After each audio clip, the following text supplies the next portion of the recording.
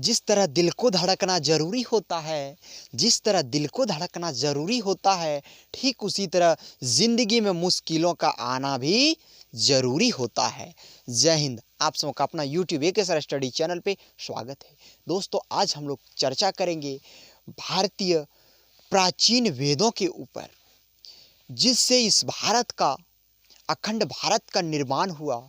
और इस अखंड भारत में इन वेदों के द्वारा क्या क्या चीज़ हुए, हम लोग उन सभी चीज़ों पे चर्चा करेंगे। यदि हम लोग कोई शुभ कार्य करते हैं, यदि कुछ भी शुभ कार्य करें, मान लो किसी का शादी विवाह करना है तो वो तो अति शुभ कार्य हो गए। यदि हम लोग एक छोटा सा शुभ कार्य करते हैं, जैसे एक नई गाड़ी खरीदते हैं, तो उसके लिए हम लोग विधि विधान के द्वारा बनाए गए अच्छे दिन को देखते हैं, तब जाके गाड़ी खरीदते हैं।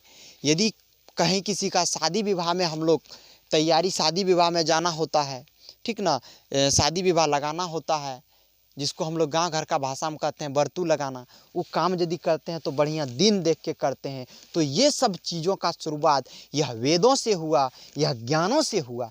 आज हम लोग उसी ज्ञान का चर्चा करेंगे। आज का टॉपिक हम लोगों का है वैदिक साहित्य।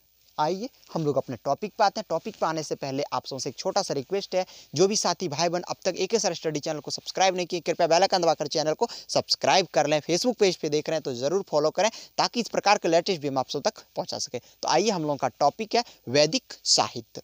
वैदिक साहित्य, देखिए वैदिक साहित्य को हम लोग क्या कहते हैं उसे पहले जानते हैं। देखो यहाँ बता रहा है, वैदिक साहित्य को श्रुति भी कहा जाता है। वैदिक साहित्य को श्रुति भी कहा जाता है, और श्रुति का शाब्दिक अर्थ है सुना हुआ। तो आप लोग वीडियो को अंत तक जरूर सुने। श्रुति का शाब्दिक अर्थ क्या होता है? सुना हुआ। श्रुति का शाब्दिक अर्थ सुना हुआ। और भारतीय साहित्य में जो है ना, वेदों को सर्वाधिक प्राचीन माना गया है। भारतीय साहित्य में वेदों को सर्वाधिक प्राचीन इसलिए माना गया है क्योंकि हम लोग हिंदू समाज में ही नहीं, बल्कि भारत के अंदर जितने भी कैटेगरी के लोग रहते हैं, जितने भी धर्म के लोग रहते हैं, जितने भी समुदाय के लोग रहते हैं, उन सबों के लिए विधि विधान बना हुआ है, उन सबों के लिए वेद बना हुआ है। हिंदू के लिए यदि पंडित है तो मुस्लिम के लिए भी मौलाना है।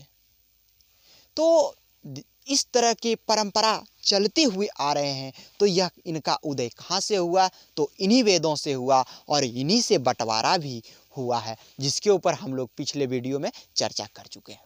तो भारतीय साहित्य में वेदों को प्राचीन माना गया है।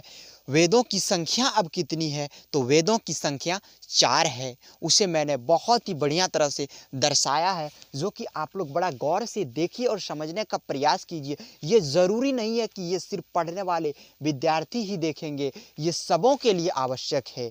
देखिए, मैंने दर्शाया है वेदों की संख्या 4 है, और बहुत ही बढ़िया तरह से मैंने बनाने का प्रयास किया है।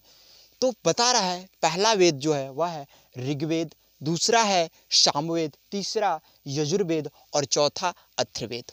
और इन प्रत्येक वेदों का, ठीक ना, 4 भाग होता है। इन प्रत्येक वेदों का 4 भाग होता है। ऋग्वेद, सामवेद, यजुर्वेद और अथर्ववेद, यानी कि इन चारों वेदों का, ठीक ना, इन चारों वेदों का 4-4 भाग है। तो वह भाग कौन सा है उसे समझते हैं। पहला है संहिता, दूसरा है ब्राह्मण ग्रंथ, और तीसरा अरण्यक, और चौथा जो है वह उपनिषद है। अब हम लोग चर्चा करते हैं ऋग्वेद के ऊपर। आइए हम लोग देखते हैं ऋग्वेद को।